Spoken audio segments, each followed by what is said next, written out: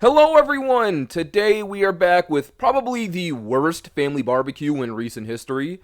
Season 2, Episode 7 of House of the Dragon is called the Red Sowing, as Rhaenyra's main goal in this episode is to find new dragon riders. In the books, this event is called the Sowing of the Seeds, when the illegitimate children of House Targaryen were summoned to claim these dragons. The red in the name might be a reference to the Red Wedding from GOT, because both did not end well.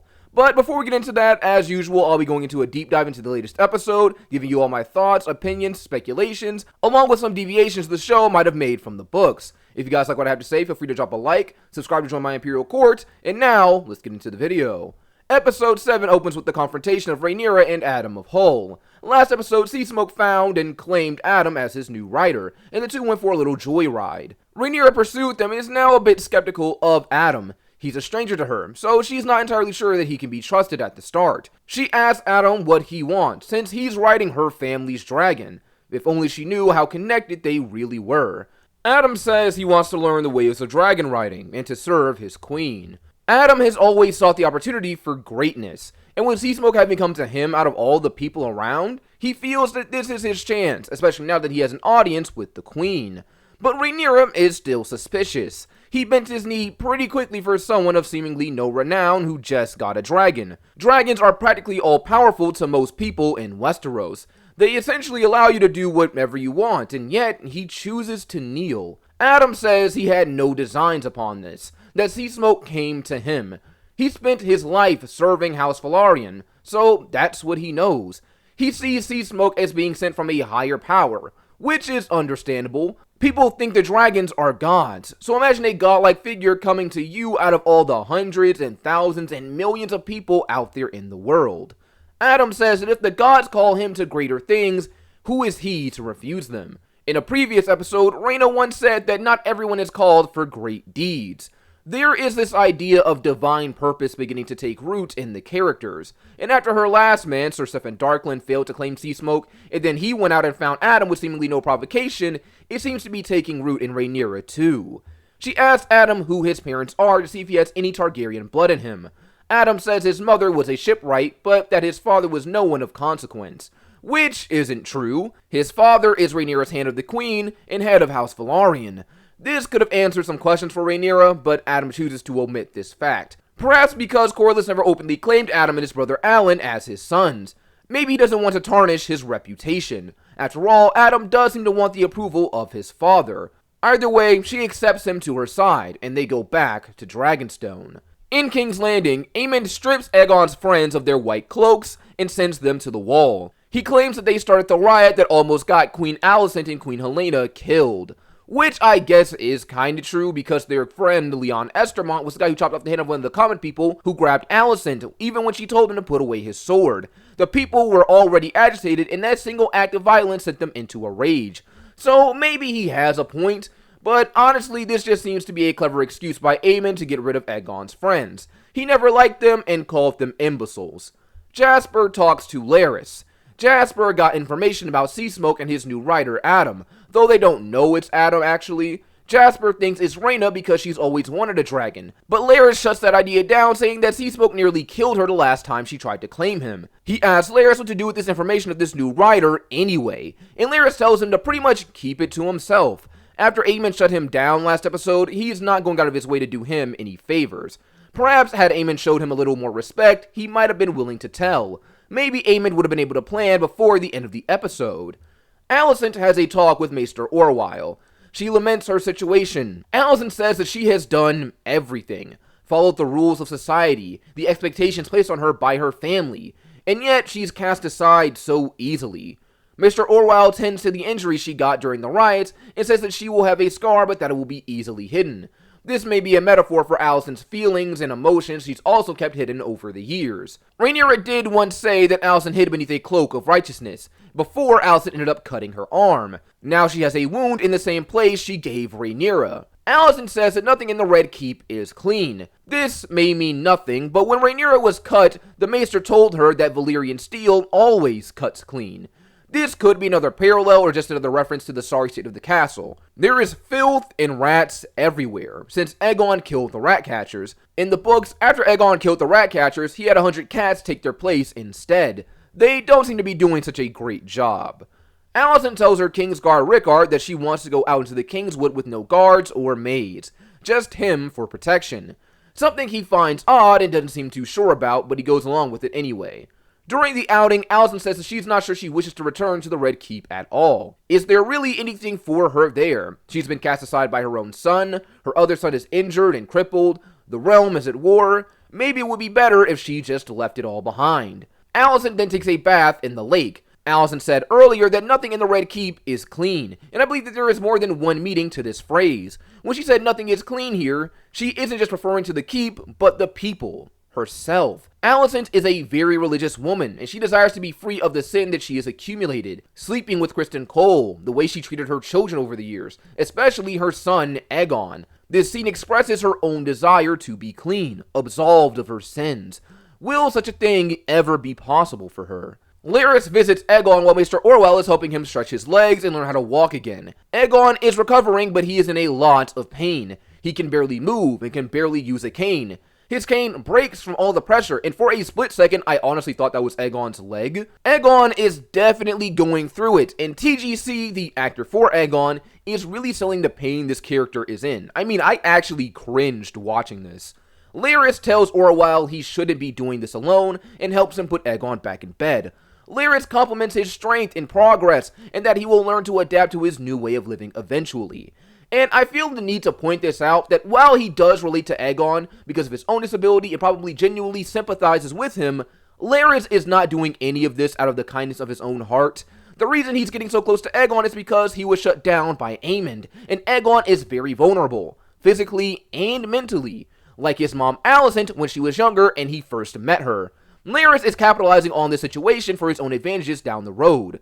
But for now, he is helping Aegon. He tells Orwell that he needs to be more cautious with this. Orwell agrees, but he says he's only pushing Aegon because of Larys. Larys says that it will be a long time before Aegon is able to fully rest again.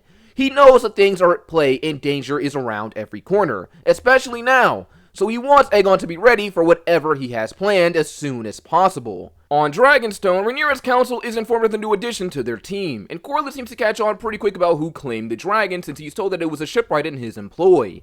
I wouldn't be surprised if he thought it was Alan at first, since he clearly seems to favor him over Adam. Lord Bartemos Celtigar is furious about this. He calls Adam lowborn, and that lowborn can't be allowed to go around claiming dragon. He calls him a thief because of this. I wouldn't be surprised if he feels a bit jealous and slighted. House Celtigar, like House Targaryen and Velaryon, also stem from old Valyria. Yet Steffan Darkland was offered a dragon, and now Adam has one. Perhaps he feels upset that his family wasn't considered for this. But then again, he doesn't go out of his way to make a suggestion either. The point still stands, though, that he looks down on Adam. The dragons are gods, and for this lowly man to just claim one, it does not seem to sit well. Jacaerys asks where Rhaenyra is. This is a conversation that needs to be had. Regardless of what prompted Bartemos' dissatisfaction, they don't know Adam. He has no real ties to House Targaryen, so for him to have their dragon could be an issue. But instead of talking about it with her council, Rhaenyra refuses to attend the meeting. Instead, she talks with Mysaria about what happened. Funnily enough, there is no mention or even a hint about their feelings towards the kiss they had last episode. That's probably because the kiss apparently wasn't even in the script. Apparently this was improvised by Emma Darcy, and they went with it. So maybe they'll talk more about that in the next season. Either way, Mysaria calls the situation lucky, but Rhaenyra says that it might be ordained, fated to have happened because Seasmoke chose Adam. While Mysaria is somewhat skeptical of Adam, Rhaenyra feels she has no choice but to trust him. She needs dragon riders to face Aemond and Vhagar, and with Daemon away and not communicating, potentially planning against her too, she needs all the help she can get. So Rhaenyra wants to find more dragon riders. She's convinced that Adam is of Targaryen blood somewhere up the family tree, and that maybe the Targaryen blood in Steffan Darkland was too thin, and that was why Seasmoke chose to kill him. She wants to find a more direct line of Targaryen blood within the noble houses, but Mysaria laughs and says that that's pretty much useless. Mysaria offers another solution. She used to work in a brothel where generations of Targaryen men visited and had their fun. She claims to know of some of their offspring, the illegitimate children created by their knights on the town. She suggests using the baseborn children of House Targaryen that long went unacknowledged to fill the roles of her dragon riders. She says that they're just as capable as the highborn lords. Mysaria has always had a soft spot for the lowborn and common people, so it's no surprise that she goes to bat for them. But Rhaenyra is resistant. Rhaenyra wants people of noble blood to be her riders. She says that there's an ancient fealty, loyalty, and honor that the lowborn may not have. But Mysaria calls Rhaenyra out on being so naive. Since season 1, Rhaenyra has always been a bit of a naive character. A lot of the time she kind of just expects things to go down her way because her father is the king, named her heir, the people swore fealty to her, and they're supposed to follow House Targaryen. A prime example of this is how she expects Lord Boros Baratheon to keep an oath his father made to her 20 years ago, seemingly unaware that he is his own man with his own mind and desires. Rhaenyra clings to this idea that because she is the rightful heir, because these houses swore an ancient fealty to House Targaryen, they will be inclined to help her. But Mysaria points out that her own brothers, people from her own house, bound to her by blood, have turned against her. And she doesn't even mention the fact that half the houses who swore those oaths to her originally and acknowledged Rhaenyra as heir have also turned on her in favor of her brothers. So this idea of honor and obligation from noble bloodlines just because they may be tied to her doesn't hold much water. Mysaria says that a common shipwright serves her, while her own brothers seek to destroy her. The order of things has changed, and she needs to embrace it if she wants to win. Rhaenyra says that for years people have levied insults against her sons. Her first 3 sons, Jacaerys, Lucerys, and Joffrey, despite having the name of her former husband Lord Velaryon, they're actually the true sons of Harwin Strong, her lover. They were looked down on for being bastards hidden in plain sight. Bastards have a very bad stigma around them in the kingdom of Westeros. They're believed to be treacherous and evil from the womb. But the idea that bastards are evil fits with the idea that people are honorable just because they're noble. In truth, even nobles can be evil and treacherous. We see that all the time in A Song of Ice and Fire, trust me. While bastards can be some of the most loyal friends and family you have out there, like Jon Snow. So the circumstances of one's birth don't define who they are and what they choose to do. Because of this, Rhaenyra decides to raise an army of bastards. Corlys visits Adam and says that he's come up in the world. Adam puts in his 2-week notice, which Corlys accepts before he can get done talking. Corlys seems to be very short with Adam. He doesn't seem too happy or care as much that he is a dragon rider. He doesn't seem to give him the same favor he has with his brother Alan. There is definitely a disconnect here, but still, Corlys congratulates Adam and tells him, well done. Adam has said in the past that Corlys has always ignored him, so maybe it feels good to finally get that acknowledgement from his father, even if it was a bit small. Perhaps he'll continue to chase the approval of his father. Back at Harrenhal, Oscar Tully has come to meet with Daemon. Last episode, Grover Tully died. This is likely because Alice Rivers murdered him. Alice told Daemon to wait 3 days before making a move in the last episode, and Simon Strong said that Alice tried to help Lord Grover before he died. So this may point to her being the possible killer. Regardless though, Oscar Tully is now the Lord of Riverrun and the Lord of the Riverlands. Daemon gives him a curt and pretty disinterested congratulations before inquiring about who he means to support. Oscar Tully seems to have undergone a shift in his character since we've last seen him. Before, he was very nervous being in Daemon's presence, but not only is he unbothered by Daemon, he's also rather uninterested. Perhaps he'd rather be mourning his grandfather than dealing with a man who lacks respect and yet expects all of it. Oscar Tully tells Daemon that the Riverlands are held together by oaths, and that House Tully swore an oath to King Viserys and Rhaenyra. In the books, however, Grover Tully, the grandfather of Oscar, wanted to declare for Aegon instead, but his son Elmo refused to send word out because, unlike the Blacks and the Greens, the Tullys don't have dragons, and they did not want to be caught in the crossfire. The oath Oscar is likely talking about is the original one made 20 years ago, sworn by all the houses in Season 1 where Rhaenyra was first named as the heir. Daemon expects that since Oscar has declared for the Blacks, and that he is Lord Paramount of the Riverlands, then the other river houses will follow Oscar and by extension, him. But Oscar tells Daemon that he definitely screwed up by telling the Blackwoods to commit war crimes against the Brackens. He says the Riverlords hate Daemon. Daemon says he doesn't need their love, he needs their swords. Daemon has always believed that fear was an effective means of gaining loyalty and securing power. Daemon hasn't really cared about the love of others outside of his big brother, Viserys. He has a very poor outlook on these things. If people don't love you and all they do is fear and hate you, if there is nothing likable about you, what's to stop them from turning against you? We saw this happen with Aemond and the Greens last episode. The people were suffering and starving, and the second an alternative came along in the form of Rhaenyra and food, there were riots. Maegor the Cruel was also another Targaryen monarch who relied on fear and blood, and he faced multiple rebellions during his time. So Daemon disregarding the feelings of others is not a good idea if he hopes to rule them. The two of them meet with the Riverlords, and they question Oscar about his support of Daemon. Oscar admits that he's young and green, but that he made an oath, and he intends to keep it even if he does not like Daemon. During this whole conversation, Oscar pretty much talks down to Daemon, saying that he has no love for him, and he dishonored himself and the crown with his acts of barbarity. The Riverlords don't want to support Daemon because of what he enabled. Willem Blackwood defends the actions he committed on Daemon's behalf, and tries placing the blame on Amos Bracken and his son. He calls them traitors because they supported King Aegon. But Willem is told that the Brackens are no more traitors to their lands than the Blackwoods are. This infighting has been going on for ages, and no matter whose side the Brackens took, they weren't the ones who committed war crimes. During this confrontation, Oscar calls Daemon a prince, which he doesn't like and tells him to call him a king. He tries checking Oscar, but Oscar is quick to check him in return. He asks Daemon if he wants their army or not. He lets him know that he needs them more than they need him. As Lord Paramount, the Riverlords are inclined to follow Oscar, so if Daemon doesn't suck it up, then no army. Oscar has a lot of confidence now, contrary to how he was shown the first time we saw him, especially considering the fact that Daemon has a dragon, and could easily kill him if he used it. But this is one of those situations where violence is not the answer.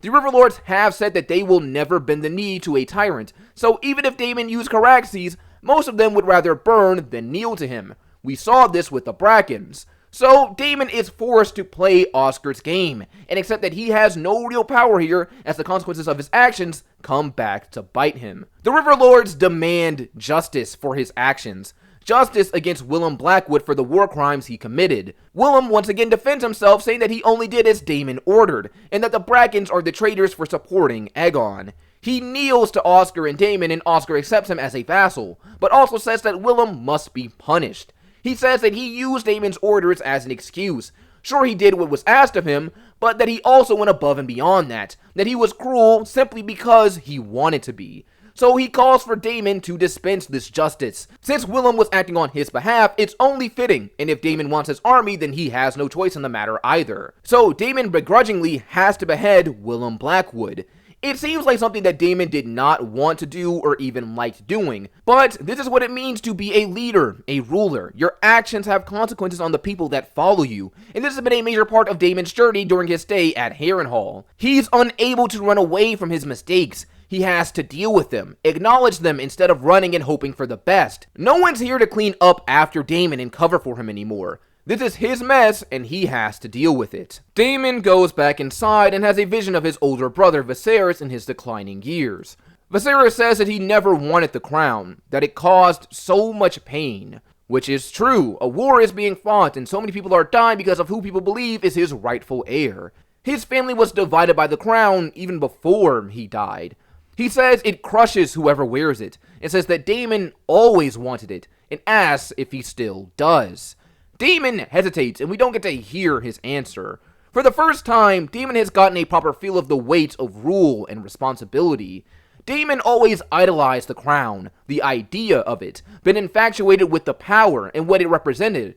But that's all. Daemon is like a fish out of water when he's forced to be responsible for his actions, and the actions of his subjects, and being a ruler means you always have to be responsible. It's the burden of authority. So I think this whole scenario showcases why Daemon was not a good fit for power and authority, since he never really comprehended the strings attached to it until now. Corlys meets with his other son, Alan, and tells him about Adam. Corlys tells him that while his house stems from old Valyria, they were not dragon riders. But then he brings up the question of Adam and Alan's mother. He confesses that he never knew much of her heritage, so maybe it's possible that she had Targaryen blood, which could enable Adam and Alan to claim dragons. In the books, the mother of Adam and Alan of Hall was a woman named Merilda, and she was a shipwright like her sons. There aren't any hints to her being a dragon seed or anything other than a normal woman in the books. I wonder if she's alive in the show, or if she's dead given how tense the subject seems to be during this conversation. But I find it odd that Corlys doesn't take himself into consideration when it comes to his sons being dragon riders. In the days before Aegon's conquest, House Targaryen and House Velaryon intermarried for ages. Corlys probably has a few Targaryen ancestors in his family tree, and seeing as noble families tend to keep records of their ancestry, I'd be surprised if Corlys never took a look at his own. Corlys has always been a prideful man. I'm sure he'd revel in the idea of being a distant relative of Aegon the Conqueror. Corlys seems to be gauging if Adam wants to be a dragon rider as well. But Alan says his brother was restless, yearning for a sign of his worth, but that he himself was of salt and sea, and that he yearned for nothing more. Episodes ago, when Baela turned down being the heir to Driftmark, she also said that Driftmark must pass to someone of salt and sea. Rhaena and Rhaenyra's sons depart the Vale for Pentos, but Rhaena breaks away from her escort looking for signs of the wild dragon that has been in the Vale. Rhaena has always wanted a dragon and to be more involved with the war. She most likely sees this wild dragon as a chance to make herself useful and make good on that Targaryen blood of hers. And if this comes to pass, this could end up being a very big deviation from the books if the dragon in the Vale is the one I think it is. But I'm going to go into detail about that a bit later in the video. Back on Dragonstone, Jacaerys has an argument with his mother Rhaenyra. He doesn't like that the lowborn are being given dragons. He calls them mongrels, unfit to lay claim to the blood of the dragon. It's kind of funny because Jace's rant kind of reminds me of the one that Alicent had in Season 1. She called the strong boys plain-featured because she couldn't openly call them bastards, and said that it was a wonder that their eggs even hatched. Bastards are seen as less than dirt in Westeros, and many people at court, when he was younger and even now, thought Jace was unfit to bear the name Targaryen, or lay claim to his heritage. Now he takes this same hate that people gave him and throws it back at others like him. But it's all for a reason. Jacaerys questions Rhaenyra, and says that if anyone can lay claim to the blood of the dragon, what does that make them? Rhaenyra says that it makes them the rightful heirs to the Seven Kingdoms, but that's debatable. What really makes them rightful? Dragons were a symbol of Targaryen power, authority, and in Jace's case, legitimacy. He asks her, what happens when one of her white-haired baseborn dragon riders decides that they want the Iron Throne? Rhaenyra says Jacaerys is her heir, but he asks what happens after she dies.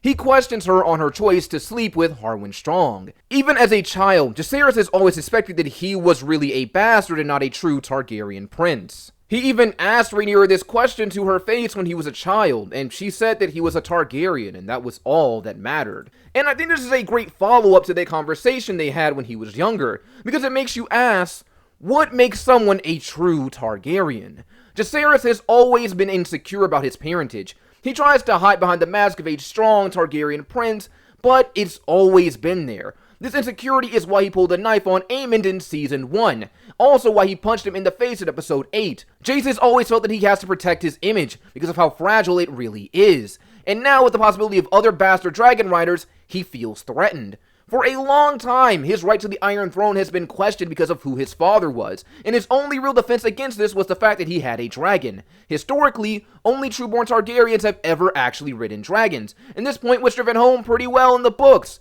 During the events of Episode 10 of Season 1 in Fire and Blood, where Rhaenyra decides to send messages to garner support from the other houses, Jacaerys' brother Lucerys says, "Our uncle calls us Strongs, and claims we are bastards. But when the Lord see us on Dragonback, they will know that for a lie. Only Targaryens ride dragons." Having a dragon was Jace's only real argument for legitimacy, and now he says that Rhaenyra will strip that from him too. While yes, Jace is letting his insecurity show, he has a very valid point. If others who are not of noble/legitimate birth are allowed to claim dragons, what makes him any different from being just another Targaryen bastard dragon rider? He is no longer special, even if he is Rhaenyra's son, because he was not the child of her former husband, Laenor Velaryon, whose name he bears. He is seen as illegitimate.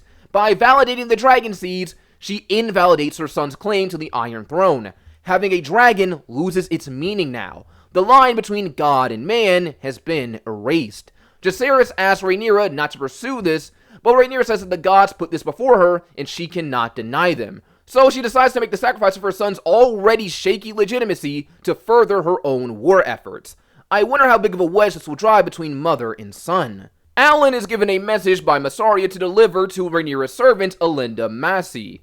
She is tasked with spreading the information that Rhaenyra is looking for dragon seeds to become dragon riders. There are a lot of dragon seeds, or people of Valyrian descent. Despite being called dragon seeds, I'm sure a lot of their heritage can actually be debated. Some of these people could be the offspring sired by houses Celtigar and Velaryon, some of them by other people entirely. There are more people with Valyrian features out there in the world outside of the houses that remain in Westeros. In the books, Mysaria actually looks Valyrian. She has pale skin, purple eyes, and white hair. But that does not mean that she's of Targaryen descent. So, things are questionable with these people. like Ulf the White, who claims to be the son of Balon the Brave, the father of Viserys and Daemon. When told about Rhaenyra's summons, he doesn't seem eager to go help out his niece after declaring her the rightful queen and boasting about being her uncle. When he mentioned being the son of Balon the Brave, it definitely seemed like he was telling a tale to keep people entertained and hype himself up. So all that stuff about being related to Viserys and Daemon could just be a lie. Or maybe he just doesn't want to run the risk of getting eaten by a dragon. But whatever the case, he gets peer pressured into going anyway. Perhaps the most interesting part of the sowing here is Hugh Hammer. We learn that his daughter died off screen, and that he's been keeping a secret from his wife, Kat. Hugh says he didn't know who his father was, but he did know his mother. She told him that he was no different from her brother's boys, Viserys and Daemon, implying that she was the sister to their father, Balon the Brave, and that she was of Targaryen blood. But who is Hugh Hammer's mother? When I first heard this, my immediate thought was that his mother was a Targaryen bastard who perhaps grew up knowing who her real father and family were. If this were true, this would mean that old King Jacaerys, the man hailed as one of the wisest and greatest Targaryen kings in history, cheated on his wife, good Queen Alicent. And I found that kinda unlikely considering that Jacaerys and his wife Alicent were kinda framed as soulmates in the books, though they have had a few very bad fights for varying reasons. But I suppose if this was true, it would fit the idea of fire and blood being unreliable. Imagine the man viewed as one of the wisest and noblest Targaryen kings actually cheated on his own wife. Maybe the Targaryens aren't as perfect as people think they are, which seems to be a theme we're tackling in the show. But as I thought about it more, another idea came to mind. Maybe Jacaerys didn't cheat on Alicent, but that does not mean that Hugh can't be his grandson. Old King Jacaerys had a lot of difficulty with his daughters, and none more so than his daughter, Sarah Targaryen. Sarah was a very promiscuous and troublesome woman. She did a lot of unsavory things, and the most problematic of them was that she was caught in a scandal having slept with 3 different men. When confronted, Sarah offered to marry all 3 of the men and likened herself to Aegon the Conqueror and Maegor the Cruel, who also had multiple wives. This really angered Jacaerys, and he pretty much put her under house arrest as a result. Jacaerys' wife Alicent convinced him to show Sarah some kind of grace, and he might have done this, but Sarah ended up sneaking out of her room and trying to steal a dragon from the dragon pit afterwards. Jacaerys was really strict about keeping the dragons under control during his reign, so this made him pretty upset. He decided to punish Sarah's lovers. One of them was a guy named Braxton Beesbury, who was a relative of Lyman Beesbury who was killed last season. Braxton was called Stinger, and when faced with punishment, he demanded a trial by combat. He expected to fight a Knight of the Kingsguard, but instead he got to fight King Jacaerys himself. Jacaerys killed him, and his daughter Sarah was forced to watch this.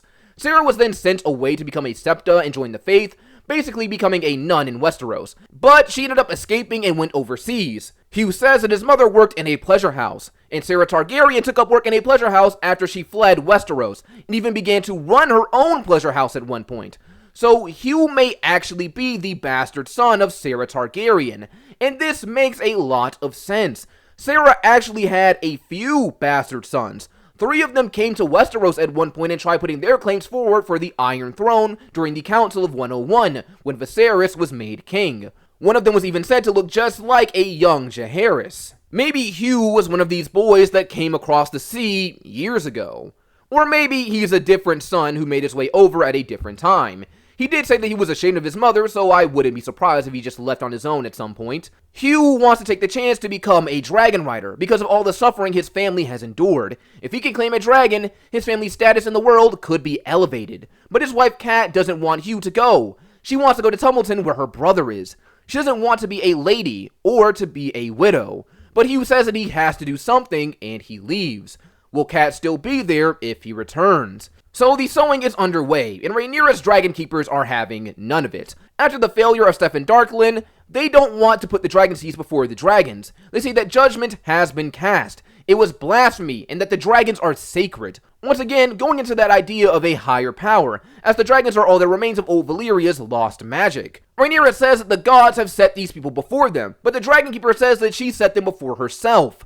Which is true. These people didn't just appear out of thin air.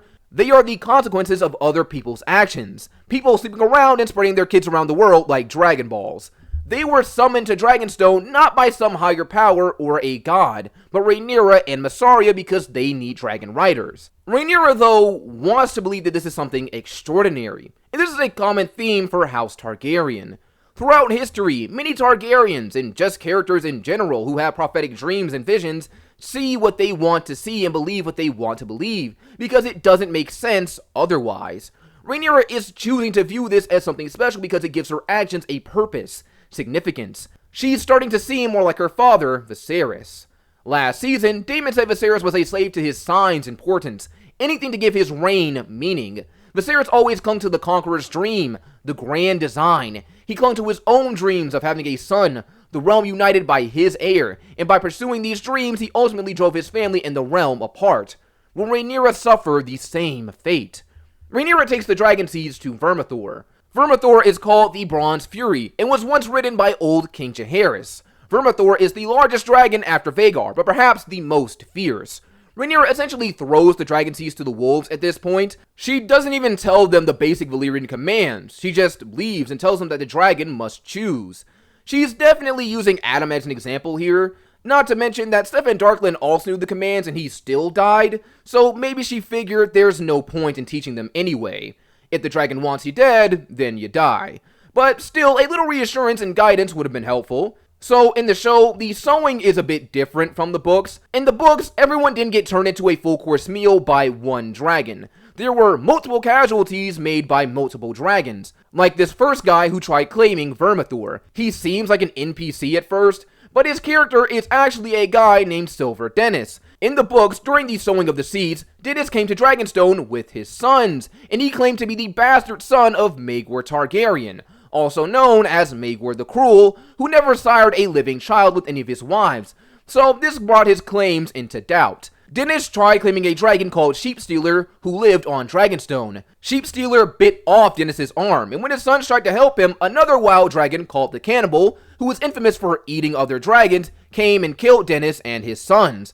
But it seems that the character has been rewritten entirely in the show, and he's not the only one. In the books, Alan was also present during the sowing. Unlike his show counterpart, who seems to have no interest in dragons, he took the opportunity offered and tried to claim a dragon for himself, the same one as Silver Dennis, Sheepstealer. Sheepstealer set Alan's cloak on fire and burned him, so he ended up having scars on his back from the encounter. But we don't see Sheepstealer or any of the other wild dragons like Grey Ghost or the Cannibal. The reason Sheepstealer probably isn't around is likely because Sheepstealer is in the Vale for some odd reason. In the books, Sheepstealer is claimed by a dragon seed named Nettles during the sowing, who is of uncertain origins, but it seems that her character is being merged with Rhaena's, since she's the one looking for Sheepstealer in the Vale.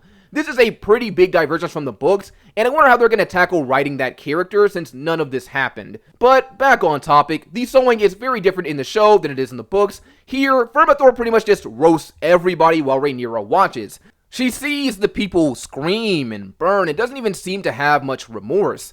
It's likely that she's convinced herself that this is all for a greater purpose, and sacrifices have to be made for the greater good. How much farther is she willing to go? Eventually, during the chaos, Hugh stares Vermithor down. Hugh says that he's ready to die and dares Vermithor to burn him, only for the beast to bend his neck to him. I wouldn't be surprised if Hugh was actually ready to die in this moment. His whole life has been spent struggling. He's estranged from his family, his mother, his daughter is dead, so maybe a part of him truly was willing to be burned. Maybe this is why Vermithor chooses him. If there is other criteria beyond having dragon blood in order to claim a dragon, maybe Vermithor values having a fearless rider above all else. And Hugh's acceptance and daring in the face of death has proven him worthy. If Hugh really is the son of Sarah Targaryen, I find it ironic that the son of Jacaerys' worst child was the one that claimed his dragon. But Vermithor is not the only dragon to be claimed here. In the chaos of Vermithor's buffet, Ulf gets knocked off the platform and runs deeper into the Dragon Mount where he finds the lair of Silverwing. Silverwing was the dragon of good Queen Alicent, the wife of old King Jacaerys. He steps on her eggs, but unlike Vermithor, she pretty much just adopts Ulf and then lets him take her on a joyride to King's Landing. Aemond is in a meeting when this happens. He's informed that the Hightower army is on the march and that his brother Daeron's dragon, Tessarion, is finally on the move. Then he hears people shouting that there's a dragon and sees Ulf and Silverwing. He mounts his horse, finds Vhagar, who is conveniently parked outside the city, and then pursues Ulf back to Dragonstone. Dragonstone and King's Landing are actually very close together, so it's no surprise he gets there pretty fast. Vhagar is a seasoned war dragon, so she wants to fight, but Aemond makes her turn around when he sees the other dragons with Rhaenyra. Vhagar may be the biggest in the world, but she's outnumbered and one of these dragons is comparable to her in size, so a fight would not be wise. But then it does beg the question, which I'm sure a lot of you guys are wondering. With Aemond all the way here, why doesn't Rhaenyra just jump him with her new dragon riders?